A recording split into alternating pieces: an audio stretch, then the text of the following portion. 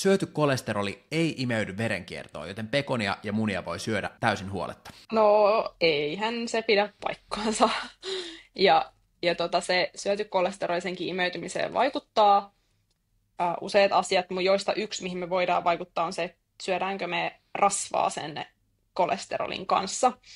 Eli esimerkiksi jos syö vaikka kananmunaa sen sijaan, että söisi tai syökin vaikka juustonmunakkaan, mistä tulee sitä juuston rasvaa, tai että se kananmuna on paistettu rasvassa, tai vaikka joku katkaravut mätiön kanssa semmoinen, mistä tulee jonkin verran kolesterolia, niin että tekisikin vaikka katkarapu kermakastikkeen tai jollain tämmöisellä niin kuin Eli rasvasella pohjalla söisi tai voissa paistetut jotkut jättikatkaravut, niin silloin se imeytyy hieman paremmin, mutta ja niin kuin tässä on kuvattu, paremmin. tämä voi, siis tämä pekoni ja mikä olikaan sitten sen kanssa, Munat ja mutta pekoni.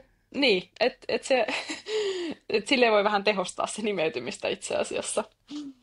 Okei, tehostaa imeytymistä. Eli jos on kolesterolista Mm. pulaa, niin munat ja pekoni on itse asiassa erinomainen keino. Joo, kyllä, jos pelkää, että kolesteroli on liian matala. No niin, kyllä. Ja käytännössä se on kai aika haastavaa, että se olisi Joo. liian matala, että Niin kuin se on sanottu, melkein niin kaikilla liian korkea. keho tuottaa itse sitä. Eli tällainen niin kuin endogeeninen kolesterolin tuotanto on se, mikä on kyllä meillä ihan meidän kaikkien geeneissä, että sen verran samanlaisia me ollaan, että sellaista poikkeusta nyt en ole itse kuullut, että olisi, mutta itse ehkä tällä henkilöllä, ketä sitten tämmöisen väitteen esittää, niin saattaa olla. Kyllä, just näin.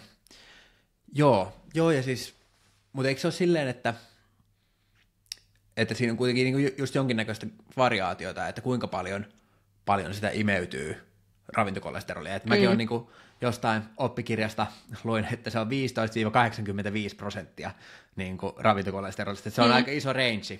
Joo, Joo, se on ihan totta. Ja sitten just tämä, että minkälaisen ruoan kanssa sen syö ja sitten toisaalta myöskin se, että onko siellä ravinnossa paljon niitä kuituja, mitkä sitoo sieltä suolistosta myös näitä sappihappoja, joista keho sitten tekisi niitä lisää. Että siihen voi vaikuttaa kuitenkin useammalla tavalla, mutta tämän takia niin kun se, että tämä on hyvä esimerkki tällaisesta neuvosta, minkä joku yksittäinen itsensä biohakkeroinut voi antaa tuonne johonkin keskustelupalstalle, että hei, mäkin voin syödä 12 kananmunaa viikossa, okei, se ei olisi paljon, jotkut syö niin kuin monta päivässä, että ei mulla vaikuta, että mulla on hyvät kolesteroliarvot, niin good for you.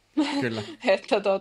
Mutta se taas, koska olen laillistettu ravitsemusterapeutti ja joudun nojaamaan ja haluan nojata myös niin kuin tieteelliseen näyttöön näissä asioissa, niin tällaiset yksilölliset keissit, joita itsekin olen siis nähnyt montakin, niin ne ei anna perustetta sille, että mä voisin silti suositella sitä. No just näin.